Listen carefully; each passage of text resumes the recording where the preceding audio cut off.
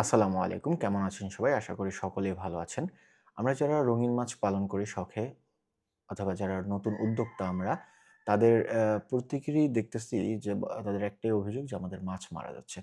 আসলে মাছ মারা যাওয়ার কয়েকটা কারণ আমি যেটা দেখলাম যারা নতুন তারা হচ্ছে গিয়ে পানি সম্পর্কে আমাদের ধারণা নেই যে আমরা কিভাবে মাছের পানিটা প্রস্তুত করব। হ্যাঁ? তো এইজন্য হচ্ছে গিয়ে যখনই আমরা নতুন মাছ এনে দিচ্ছি ট্যাংকে তখনই আমাদের মাছ মারা যাচ্ছে। তো পানির মূলত আমরা যে জিনিসটা করি নতুন যারা উদ্যোক্তা প্লাস হচ্ছে গিয়ে শখে পালন করি তাদের আমরা ১ম এ হচ্ছে গিয়ে নতুন পানি, কলের পানি এনে ট্যাংকে দিচ্ছি বা অ্যাকুরিয়ামে দিচ্ছি। দেওয়ার পরে সেখান থেকে পানি আবার মাছ এনে সাথে, সাথে মাছ ছেড়ে দিচ্ছি। এটা একটা আ মানে বড় ভুল।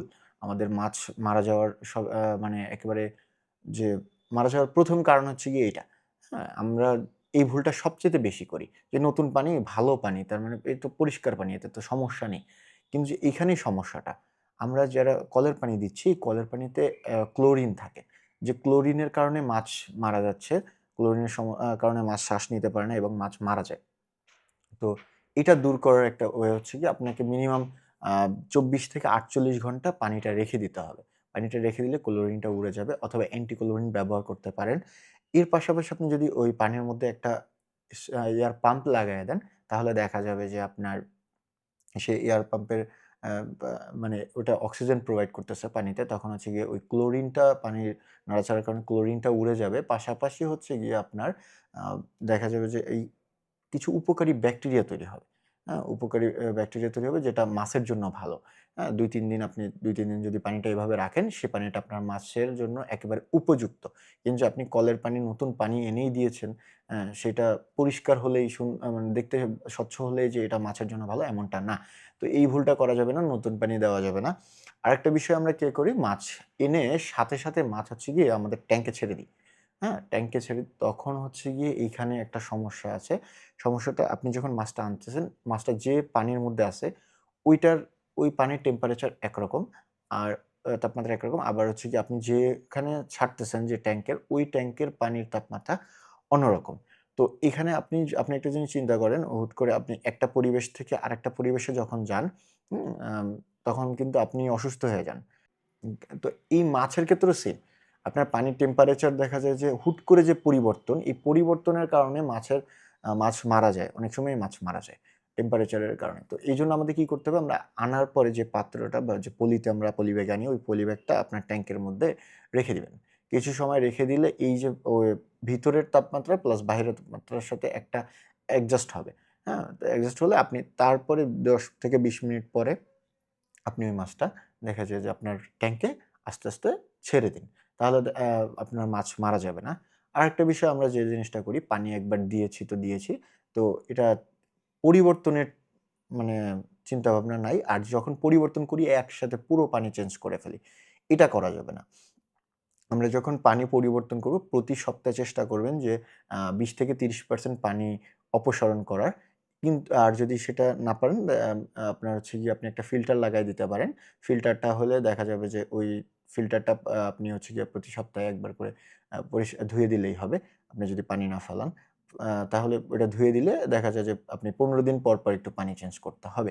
মিনিমাম ১৫ দিনের পরে রাখা আমার মতে উচিত না।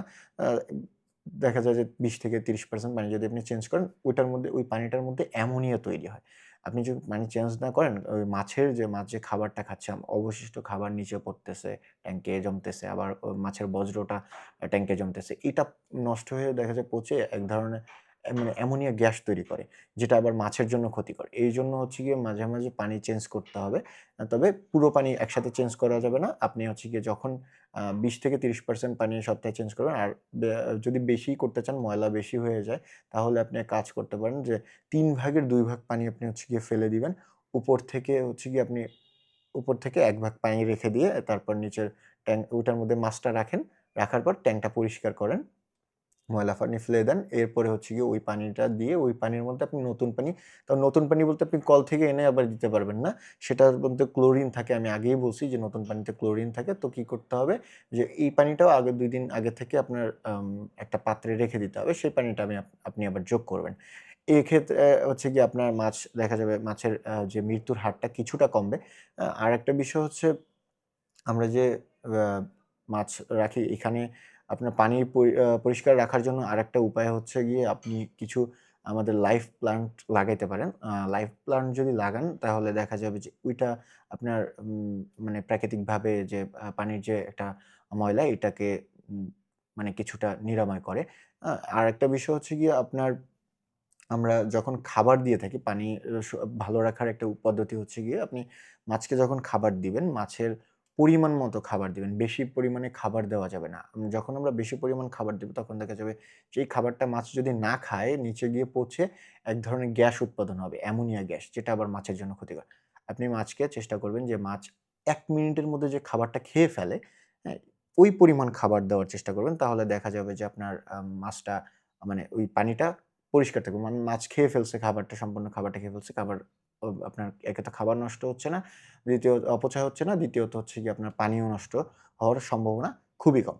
আরেকটা বিষয় আমরা অনেক সময় ভাবি যে মিথাইল ব্লু ব্যবহার করলে হয়তোবা পানি পরিষ্কার হবে। আসলে না, মিথাইল ব্লু ব্যবহার করলে পানি পরিষ্কার হয় না। মিথাইল ব্লু হচ্ছে গিয়ে ব্যাকটেরিয়া বিভিন্ন ছত্রাক ব্যাকটেরিয়া দেখা যায় এর আক্রমণ থেকে কিছুটা রক্ষা করে মাছকে। মূলত আমরা যখন পানির মধ্যে দেই তখন হচ্ছে গিয়ে পানির কালারটা পরিবর্তন হয়। যখন কালার পরিবর্তন তখন আমাদের কাছে মনে হয় যে এই বুঝি আমাদের পানিটা পরিষ্কার হয়ে গেছে।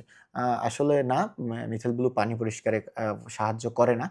আরেকটা বিষয় হচ্ছে আমরা যখন পানিতে মাছ ছাড়বো তার আগে হচ্ছে গিয়ে আমরা একটু ব্লু এবং একটু লবণ, মোটা লবণ আমরা যেটা বলি, মোটা লবণ ব্যবহার করি। ওইটা ব্যবহার করতে পারেন। ওইটা ব্যবহার করলে দেখা যাবে যে আপনার মাছের জন্য এটা মানে উপকার হবে। তো আশা করি আপনারা যারা এই ভিডিওটা সম্পূর্ণ দেখেছেন তাদের মাছ আর নতুন মাছ আনার সাথে, সাথে মাছ মারা যাবে না। কারণ আপনি যদি এভাবে পানিটা প্রস্তুত করে নেন তাহলে আশা করি আপনার মাছ সুস্থ থাকবে, ভালো থাকবে এবং সহজে মারা যাবে না। তো আজকের মতো এতটুকুই।